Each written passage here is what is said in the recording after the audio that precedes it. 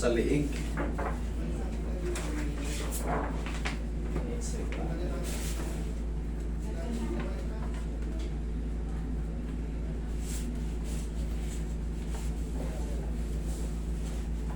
Ano bang ginawa mo, sir? Ha? Ano bang ginawa mo? Bakit nagkano? May mga disgrasya sa motor? Wala. Wala. Tulog lang? Ah, Tulog lang siya.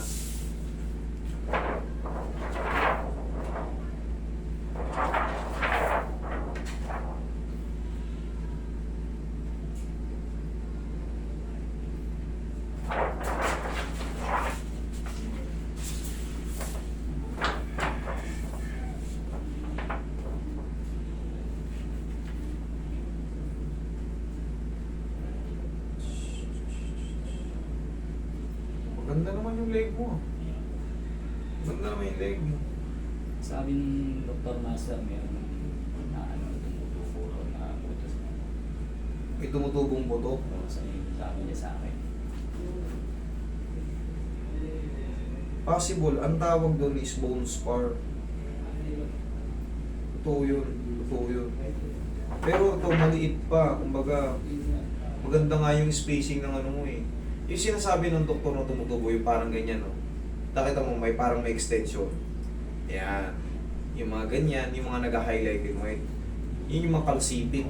Ngayon siguro, dahil may tumutubo, umiipit ngayon doon sa mga spinal nerve o yung mga litid natin dito, yung mga litid, tsaka yung spinal nerve, yan yung paganyan. Sumasakit na rin ba yung ganyan mo?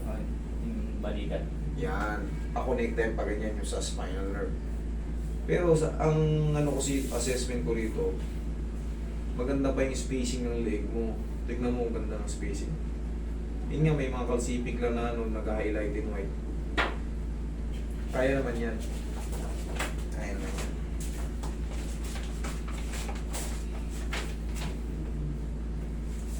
Okay, mild cervical spondylosis with multi-level disc bulge and left uncovertebral hypertrophy C5C6 causing mild and left neural foraminal narrowing straightening cervical curvature. Uric acid mo, boundary. Okay lang yun. Boundary ka. Okay, disc bulge, C4, C5, C5, C6, disc bulge, C6, C7, mild posterior disc bulge. Ano yung ibig sabihin ng disc bulge? Pakikita ko sa inyo yung disc bulge. Disc bulge or bulging disc. Bulging disc. Ganyan. Ngayon, pag nagkaroon ng ganyan, umusog ng konti. Kumbaga, yan pa yung beginning ng pagkasira na ano. Kaya sabi ko sa'yo, maganda pa yung disc mo. Kumbaga, nasa magandang kalagayan pa siya. Pero, siyempre, kailangan na yan i-adjust para mawala yung irritation. Ilang araw ka na bang ganyan? Matagal na master, mga 5 months na. 5 months.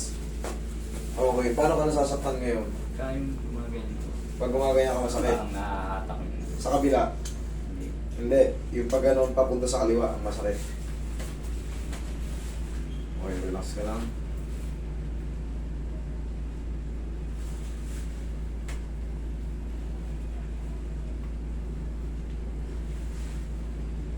Bulging disc.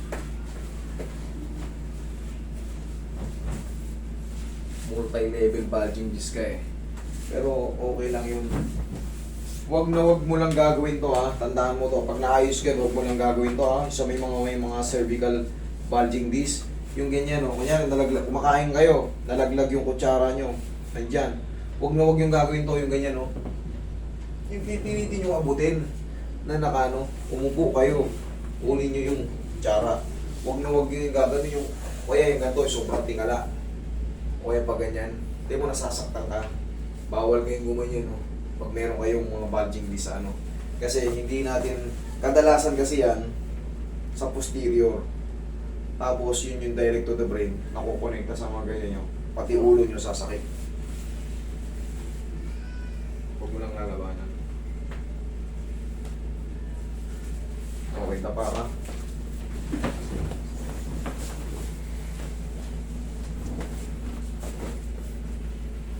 Tapos tuturuan ko kayo kung paano mag-unan. Pansamantala. Para hindi pwersado yung leg nyong may mga bulging.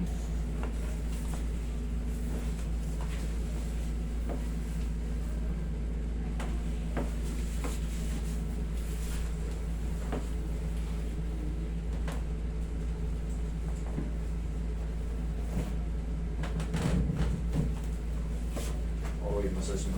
Diyan ka lang, sir. Yung mga tumutubong buto na yun, idol, mga calcific yun. Yung tinatawag na mga osteophytes, bone spar. Ilan taong ka na ba? 40 master. 40? Oh. Bata mo pa. Bata-bata ka pa. Kumbaga, early ang tawag yun. Pagka nakikita na kasi yan sa x-ray, i-consider na yan na arthritis. Osteoarthritis. I-consider na yan pag marami na sila. Pero pag pa isa-isa pa lang, tutukod sa disc, magkakaroon ng irritation. Pero adjustment lang din ang sagot dyan. Decompression. Nagpa-therapy na din ako master, hindi naman din nawala.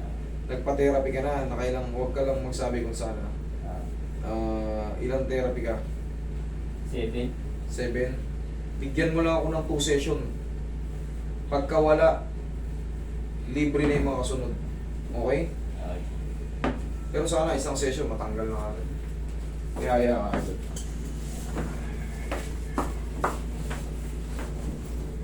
Tihaya.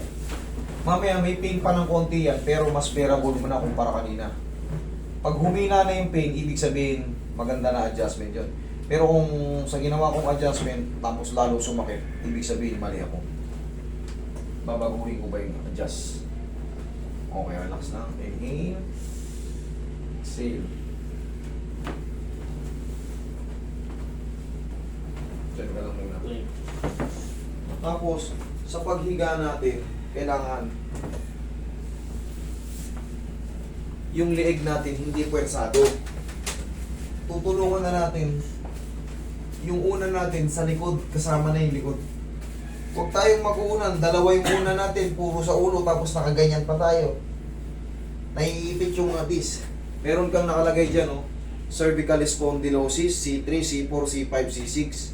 Tapos, multi-level disc bulge, C3, C4, C5, C6, C6, C7.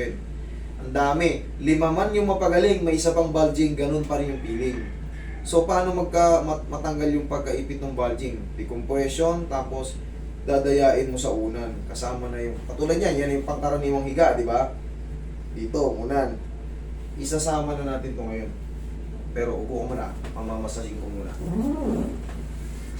Isasama na natin yung likod mo sa pag-unan. Kung mapapansin mo ron, mas parang nakapahinga yung leg natin. Leg ang problema natin. Kailangan kasi hindi siya pwersado. Siyempre, pag natutulog tayo, minsan isang posisyon lang tayo. Hindi natin namamalayan, 5 oras tayo nakagano, no? Nakagano, no? Tagilid. 3 oras. Subukan mong tumayo ng 1 oras. Ganun, the same position lang. 1 oras lang.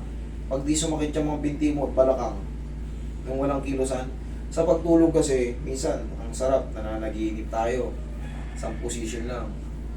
Kaya yung ibang may mga problem sa leg, lalo pang lumalala kasi hindi nila alam kung paano mag-uunan. Tuturuan ko kayo kung paano mag-uunan. Yung nagturo sa akin, master, yung nagpa-ano na din ako nakaraan. Ano? Dito daw unan, lalagyan ng unan sa may bato. Hindi. Mahihilo kayo ron. Hindi totoo yun. Sinungaling yun. Kukontrahin ko yun. Tingnan mo ha. Mamaya. Wait lang. Ipasusubo ko sa'yo kung ano yung maganda. Relax lang. Isusubo ko rin sa kanya yung nag-testing nun.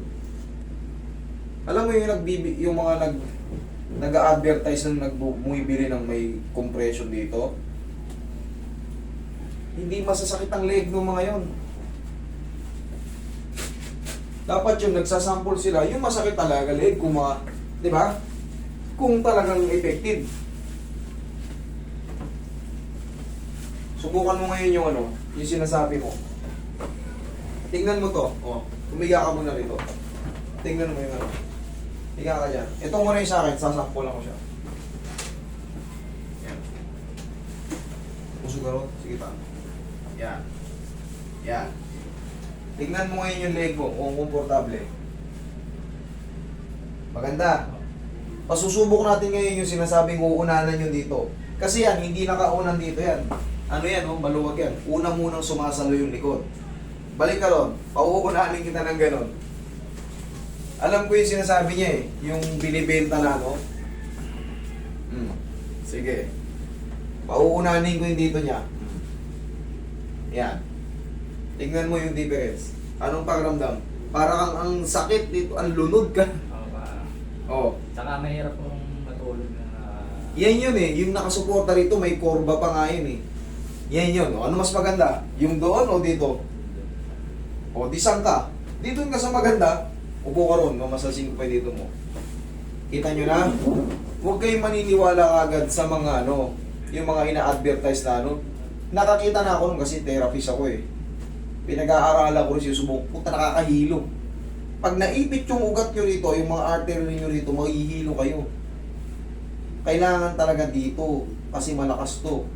Yung leeg nyong ngalay or masakit, depensado siya kasi meron siyang magbabalance yung bigat dito, tsaka dito.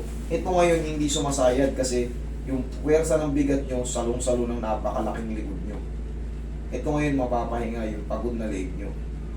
Pero kung yung pagod na leeg nyo, nandito yung una, nakaganyan kayo, ano experience nyo? Okay? Kailangan subukan nyo rin. Eh ako gusto ko lahat kayo mapagaling. Kumbaga hindi kayo mapahamak. Actual versus theory. Lingon ka ron. Kabila. O, gumanon kayo. Sinasabi mo kanina, pakaliwa. Kaya na? O ano? Kaya. Meron pa yan, may matitira dyan. 3 to 4 days. Bigyan mo lang ako ng ano, 2 session. Di ba nag-session ka na ng marami? Bigyan mo lang ako. Meron pang, kumbaga, kung lumagpas ako ron sa 2 session, pagbalik mo rito, kung talagang the same feeling, free. Yung yan, ngayon, hindi na the same feeling. Mas maganda na. Tandaan mo yung una na tinuro sa'yo. Ganun ang tama. Iyon ang tama. Kaya no, actual, masakit ng leeg. Kumbaga, pinakita ko sa inyo ng actual kung ano mas ano. Siya ang tanungin nyo kung ano. Saan mas maganda? Doon o dyan? Oh. Okay, thank you. Sige, huwag ka na maligo. Bukas na.